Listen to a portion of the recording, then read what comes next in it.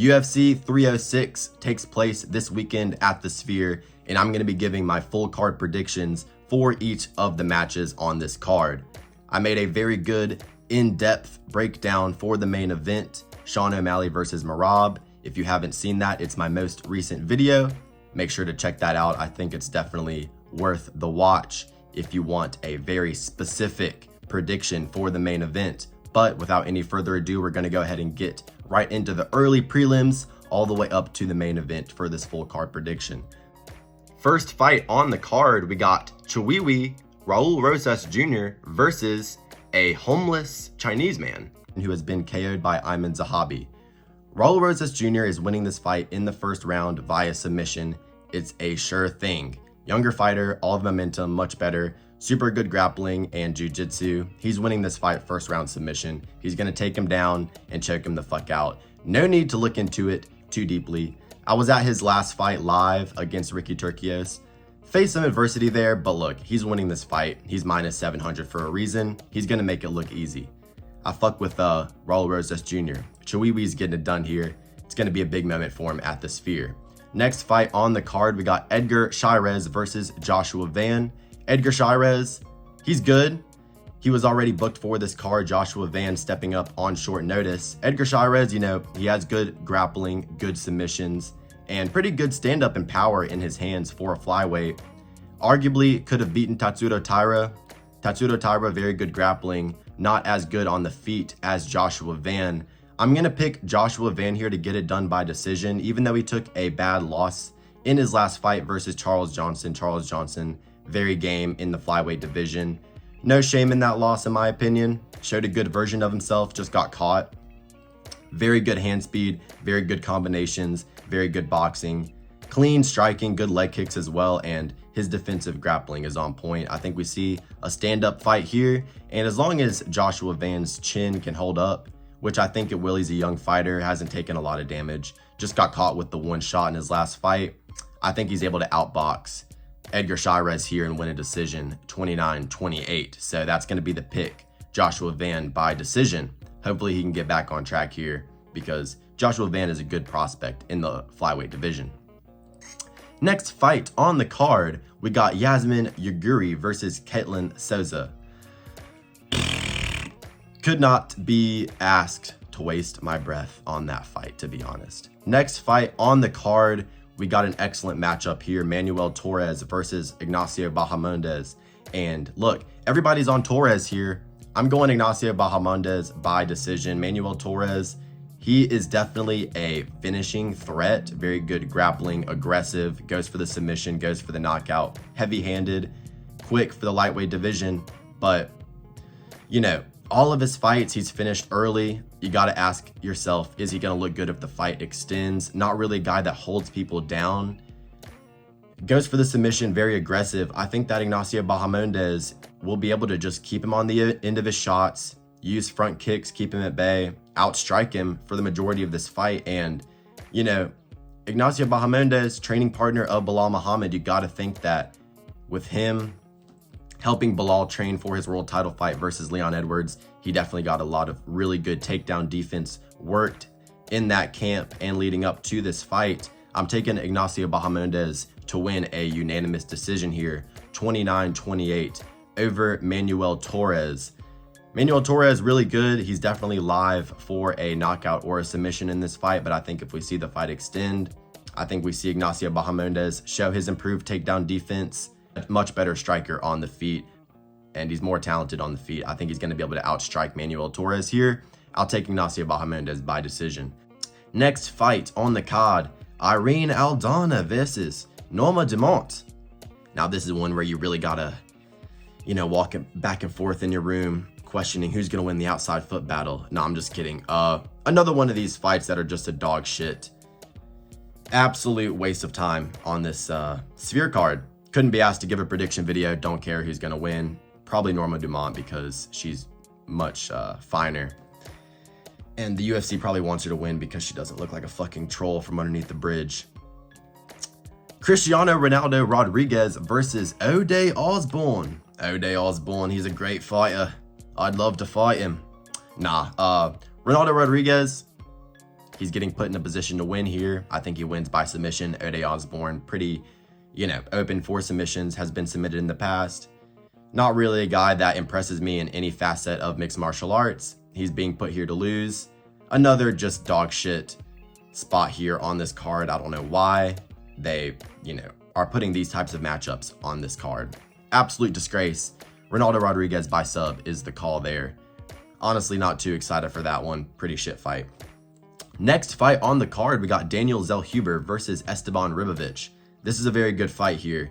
One of the only good ones on the card. There's like 4 good fights on this card. Shocking.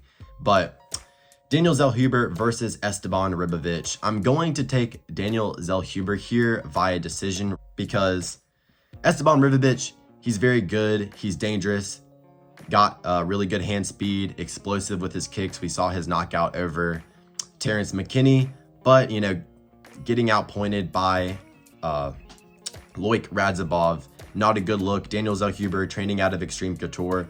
Ribovics, he's training out of a good gym as well. He's training out of Killcliff FC, so it's good that he's not training out of some random hodgepodge gym in South America like Daniel Zellhuber's previous opponent, Francisco Prado, who I did pick to beat Daniel Zellhuber because Daniel Zellhuber, he's good, but he is an absolute reach merchant. If it wasn't for his frame, he would not be that good. He's good at keeping people on the end of his jab and, utilizing low kicks, but overrated striker in my opinion. I won't be surprised if he gets caught here a good amount. He is open defensively on the feet, especially, with hooks to the chin.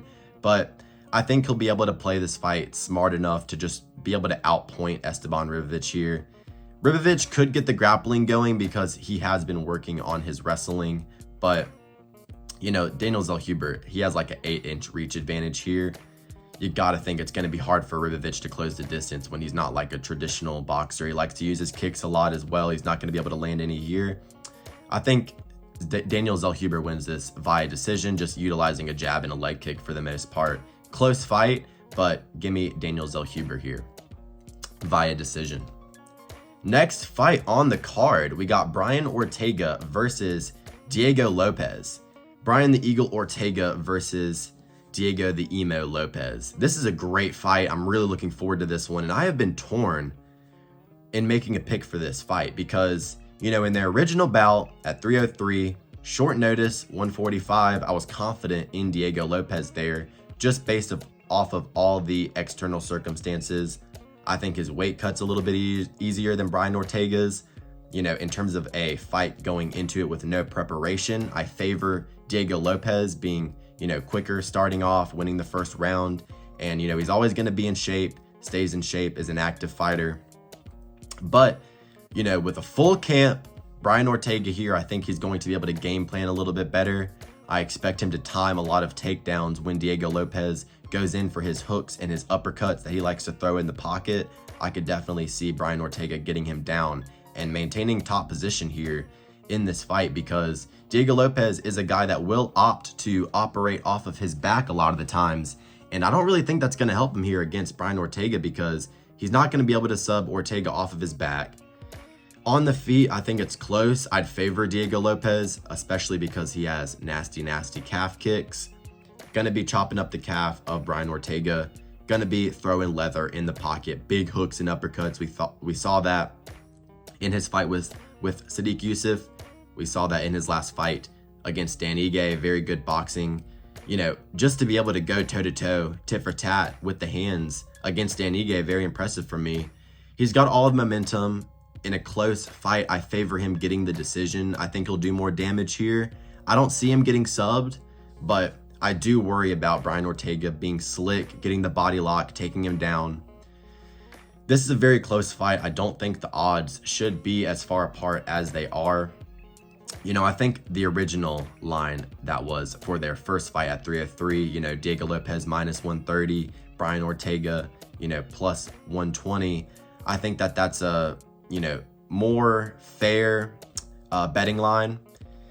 Close fight here, but I will favor Diego Lopes. I think he's going to get it done via split decision, 29-28. Just barely doing enough in terms of the damage. I think he's definitely going to win the first round. He's a very fast starter. In the second round, I expect him to slow down. I expect him to still be landing on the feet, landing some good calf kicks.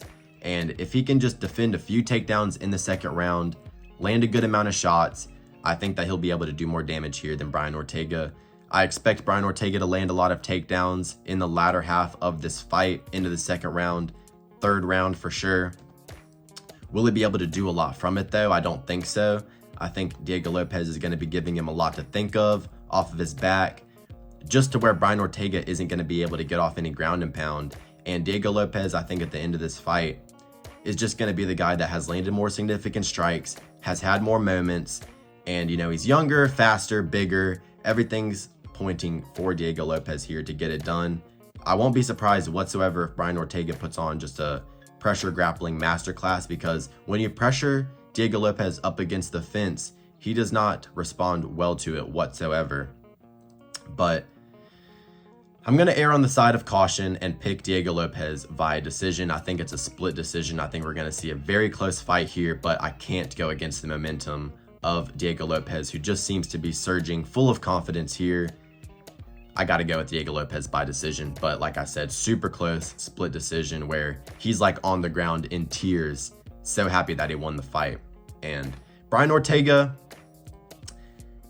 you know, has talked about going to lightweight after this fight. I think if it's a hard fight where they're going, you know, band for band in terms of who wants it more, Brian Ortega in the back of his mind is going to be like, you know, look, I'm probably not going to get a title shot. My time in this division is coming to an end. I got lightweight right around the corner for me.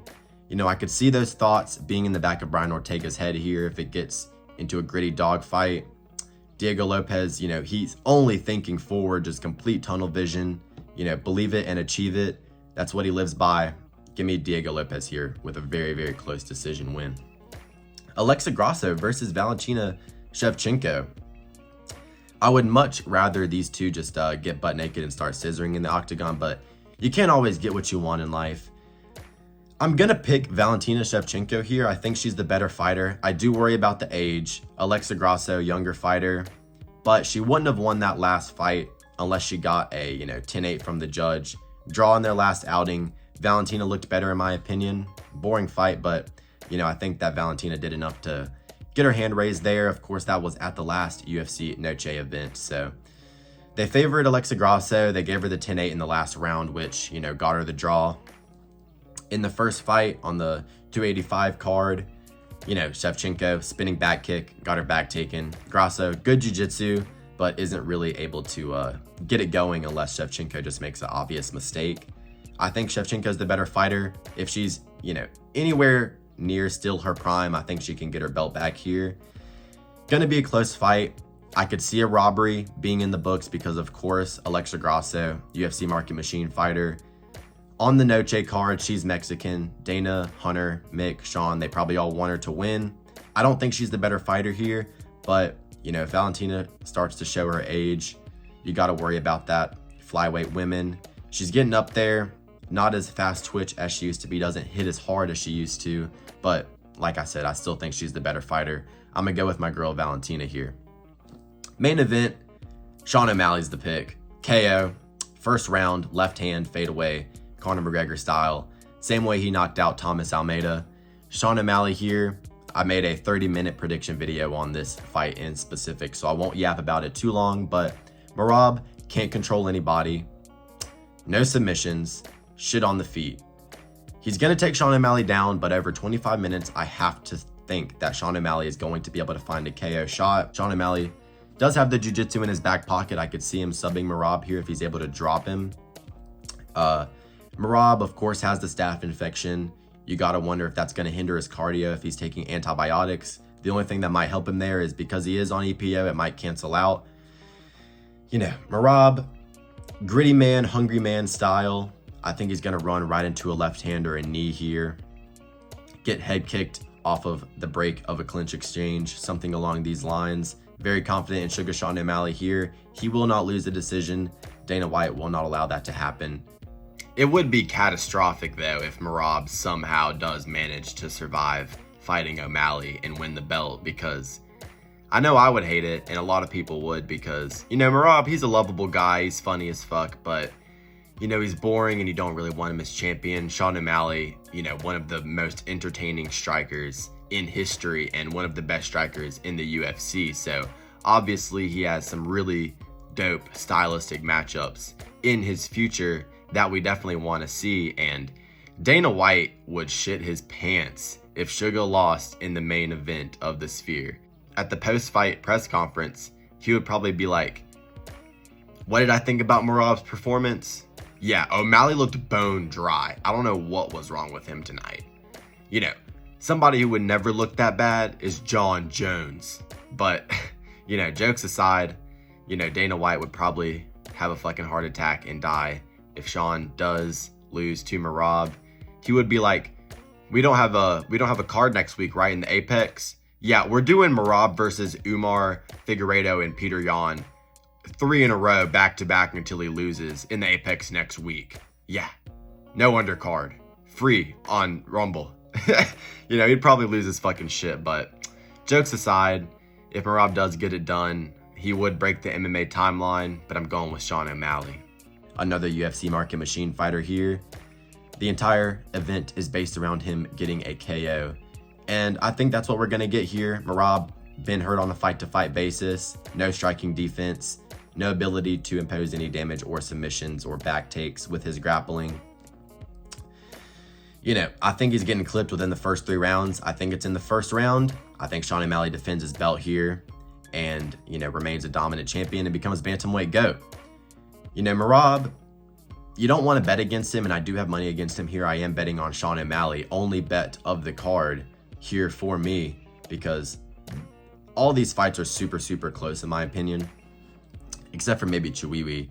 I think I might add him by first round sub, but you know, I got to go with Sean O'Malley here. Sean O'Malley's the pick, and I think that he's going to starch Merab. Of course, you know, there's always that chance that Merab is able to recover from a crazy shot and just put on a pace, but even if it goes to decision, I think Sean O'Malley lands a ton of significant strikes, hurts him on multiple occasions. I think he gets the nod here from the judges if it does go to a decision, but I'll go Sean O'Malley, first round TKO, left hand fadeaway counter. Those are the full card predictions. If you enjoyed the video, leave a like and subscribe. Leave a comment if you agree or disagree on any of the picks I made. Thank you for watching the video all the way through, and have a great rest of your day.